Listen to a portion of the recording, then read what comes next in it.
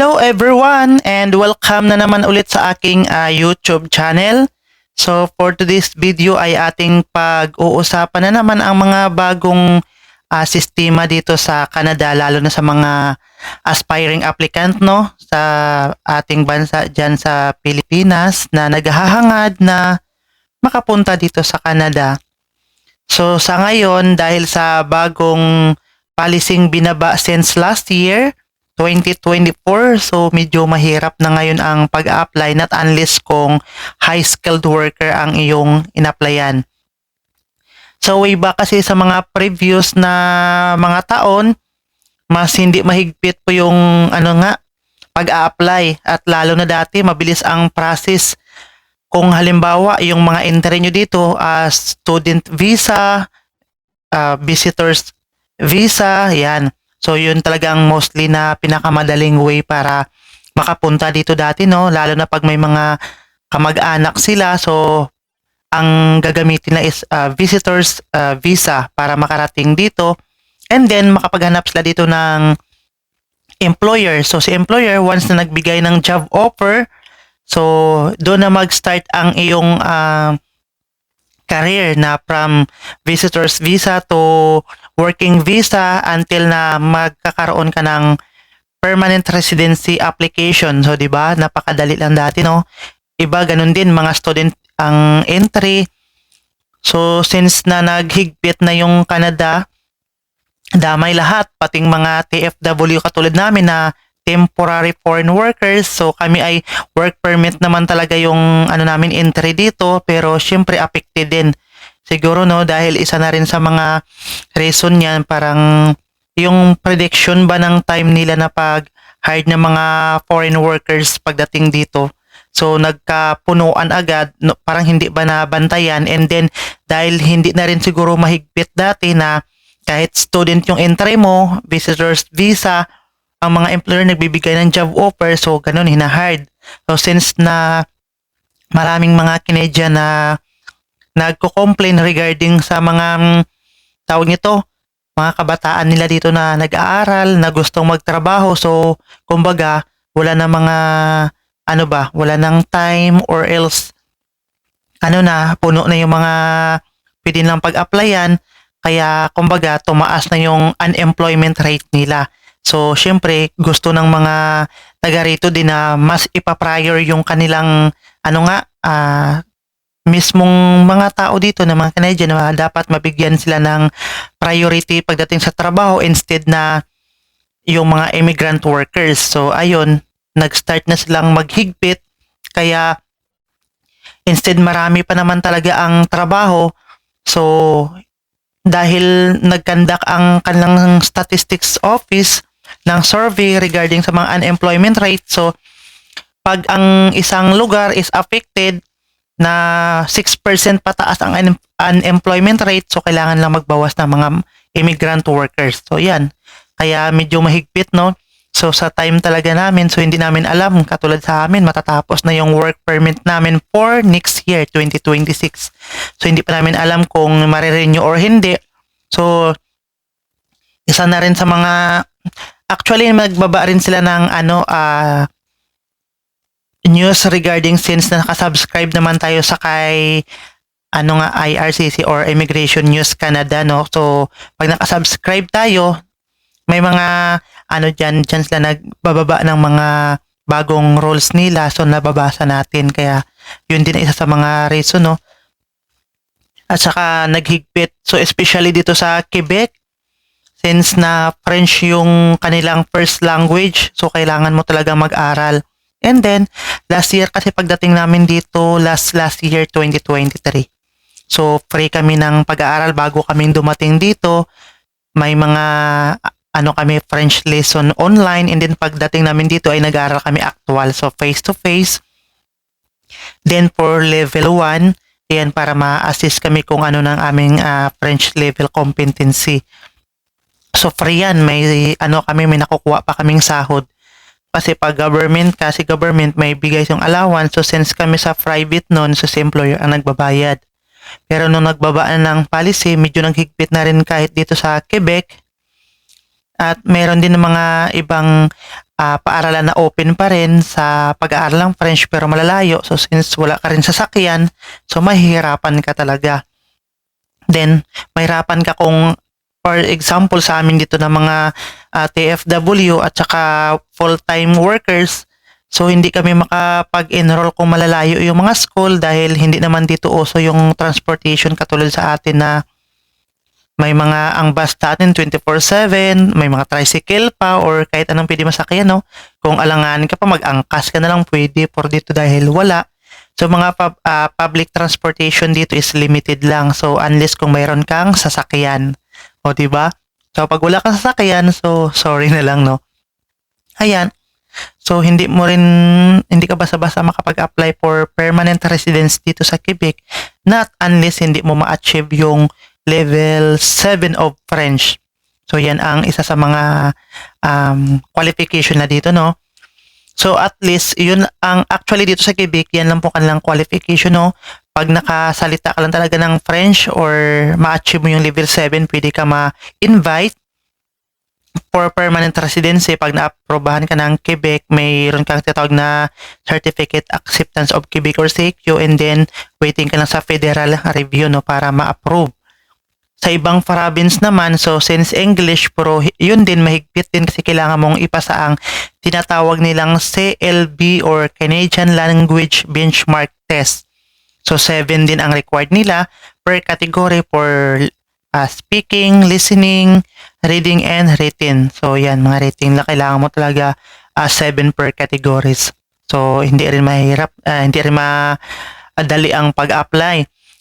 Bukod pa doon, kailangan mong ipa-assess yung iyong credential or tatag lang ECA, Educational Credential Assessment, kung yung pag-aaral mo sa Pinas or anong equivalency dito sa Canada. So yun ang mga kailangan for express entry program nila. And then, not unless lang kung mayroon kang invitation or job offer from Atlantic Immigration, AIP, tawag nyo, Atlantic Immigration Program. So, like, mga example yan sa Nova Scotia, Prince Edward, New Brunswick, yan, yung mga island doon. Kaya medyo mababa yung CLB na hinihingi nila. Pero kung under ka sa express entry, yun lang talaga ang labanan dyan. And then, pataasan ng CR score. Kasi sa ngayon, itong 2025, hindi na valid dati. Pag medyo mababa yung CR score mo regarding sa yung age, educational attainment, work experience. So kung may job offer ka or binigyan ka ng LMIA or tatawag nila na LAMIA or Labor Market Impact Assessment, so mayroon yan. Pag mayroon ka yan, so dagdag points. So since 2025, nagbaba na sila ng bagong policy na hindi na valid or hindi na qualified. For example, kahit mabigyan ka ng job offer from the employer, hindi siya dagdag points sa iyong CR score. So, kailangan mo talaga pataasin sa pamamagitan ng pag-take ng kanilang English test, yung educational attainment mo, kung pag na-assist ba yung degree mo doon, since pa rin dito, same lang bachelor's, kasi may mga tinatawag dito ng unrecognized institution, kung yung institution is not recognized sa sa evaluation nila. So 4 years graduate ka sa Pilipinas, then pagdating dito ang equivalency is 2 years diploma, or katulad naman yan kung recognize yung institution mo is 4 years graduate ka sa Pinas and bachelor's degree, pagdating dito bachelor's din. So thankful din po ako sa aking school. Shout out dyan sa Central Philippine State University. So, isa sa mga recognized institution, kaya bachelor's graduate ako sa Pilipinas, then same pa rin dito ang equivalency, so bachelor's degree, kaya yung points ko hindi nabawasan, no.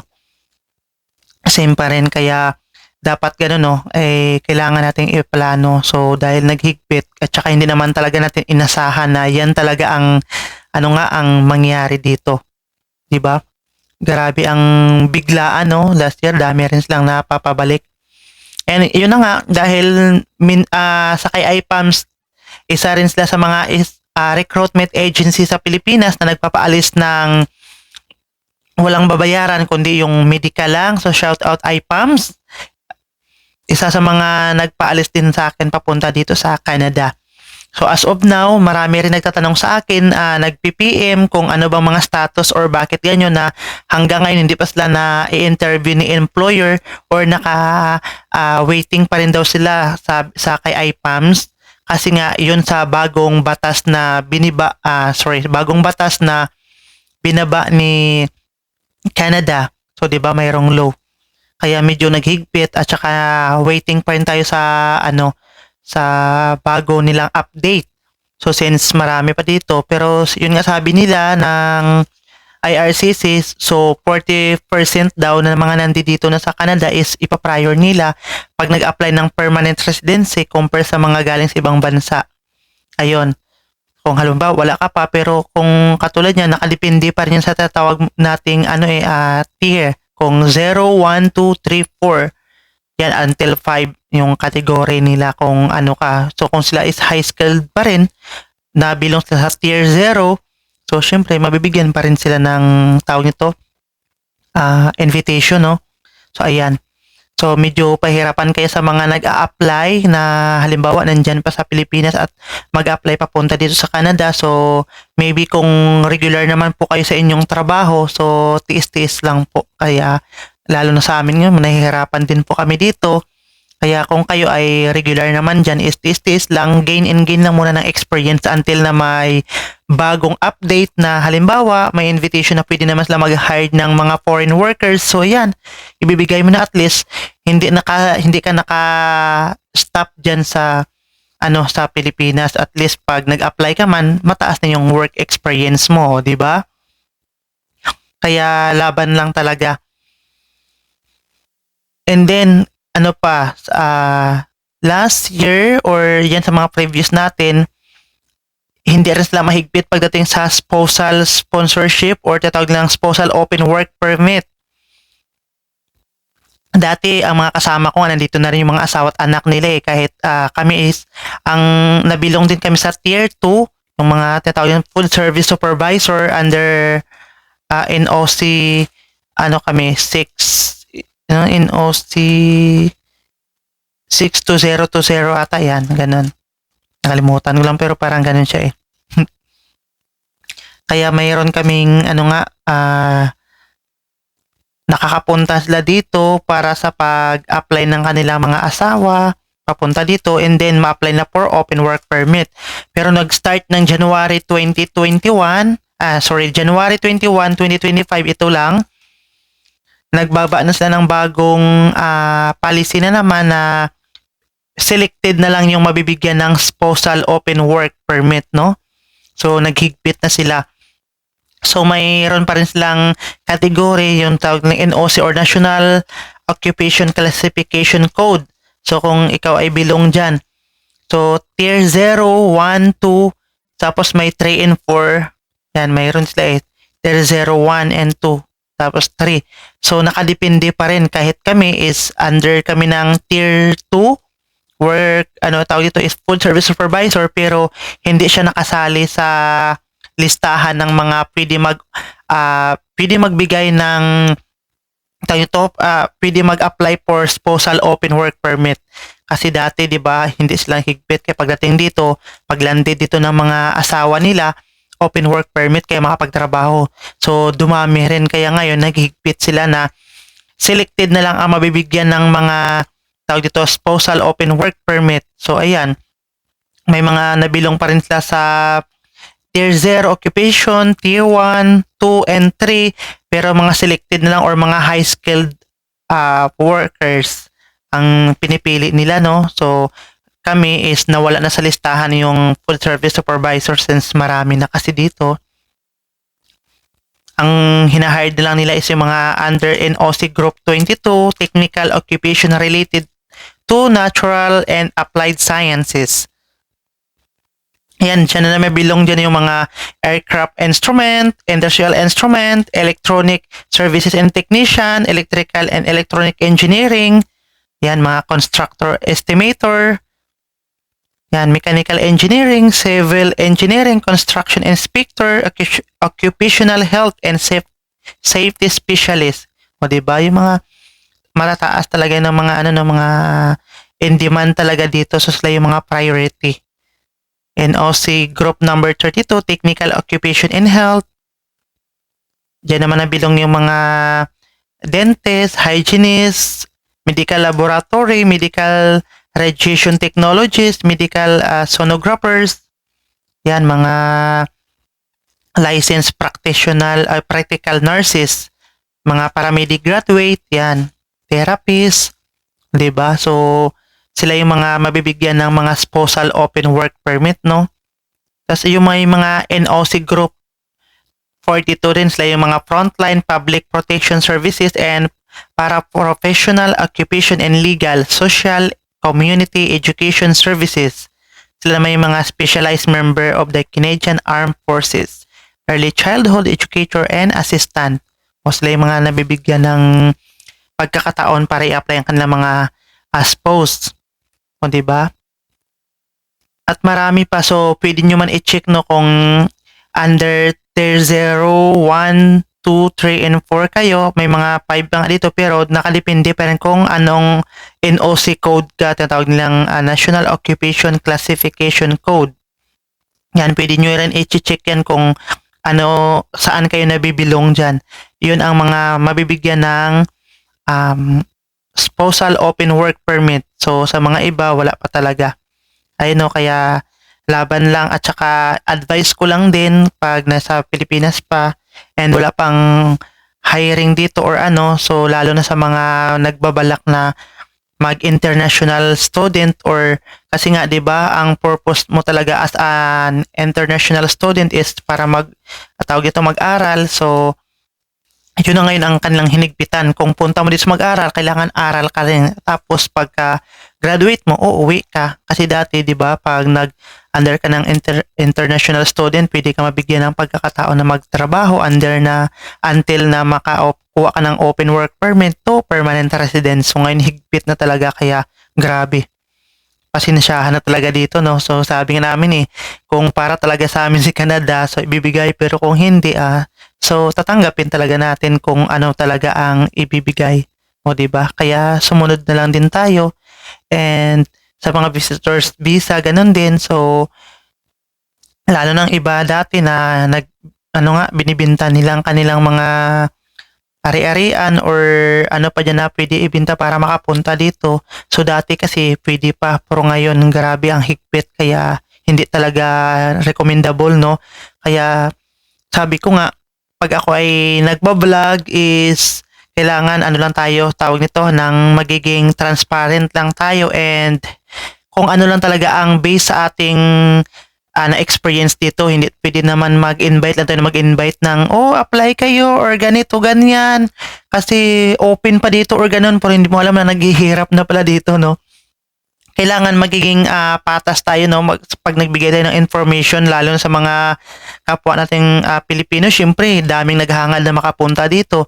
So, kung ikaw ay ganun na naranasan mo, so syempre, kailangan din nating magbigay advice kung ano bang nararapat. Kasi nga, hindi lahat sa pagkakataon invite na invite. Unlike dati siguro pwede pa, pero ngayon medyo mahigpit, no? So, kailangan din natin magbigay ng idea kung anong negative and positive impact. O, di ba? Magiging ano lang tayo, pata sabi nga ni Ma'am Lala, no? Pag nanonood ako ng kanyang live. Yan, so, kailangan pag nagbablog daw tayo dito sa Canada, based on your personal experience, no? Hindi lang pwede na puro na lang maganda, hindi rin puro pangit. Kailangan maging patas lang tayo. So yun, maging advice din natin sa mga kapwa nating vlogger na nagbablog regarding dito sa Canada. Kasi 'di ba, kahit may mga kaibigan naman ako ditong mga citizen na 30 years na dito sa Canada, so sila rin nagbibigay ng advice na ano mga pwede at hindi pwede gawin, no? So, syempre, sila pa rin ang kailangan mong paniwalaan kasi syempre naranasan din nila yung mga ganyang pangyayari before sila naging citizen dito, no? So, yun lang. Kailangan maging patas din tayo kasi marami rin ang gustong mangarap. So, aanhin natin na makapunta dito. Kailangan nating, sabihin natin na libre mangarap, pero syempre, kailangan din natin silang bigyan ng advice kung yan ba talaga is makakabuti or makakasama, no? Kasi halimbawa, pumunta ka dito, nangutang ka, nag-loan ka, papunta dito sa Pinas, ang ending pala pagdating dito, walang magbibigay sa'yo ng job offer, walang magbibigay ng lamia. So, ang mangyayari sa'yo, mauubos lang yung perang dinala mo dito dahil ang interim is visitors.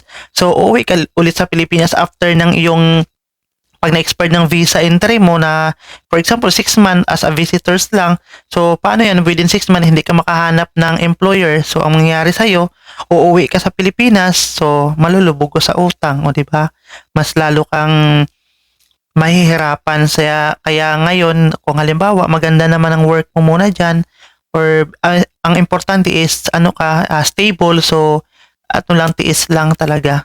So, sa amin naman, thankful din kami kahit papaano, nakapunta kami at nakapag-ipon-ipon na rin at saka syempre yung mga loan na iniwan din namin dati nung nag-work pa kami dyan sa Pilipinas ay nabayaran din naman namin, kaya thankful din naman kami. Kaya amin tanggap naman namin dito as a temporary foreign workers kung ano talagang kapalaran namin, no?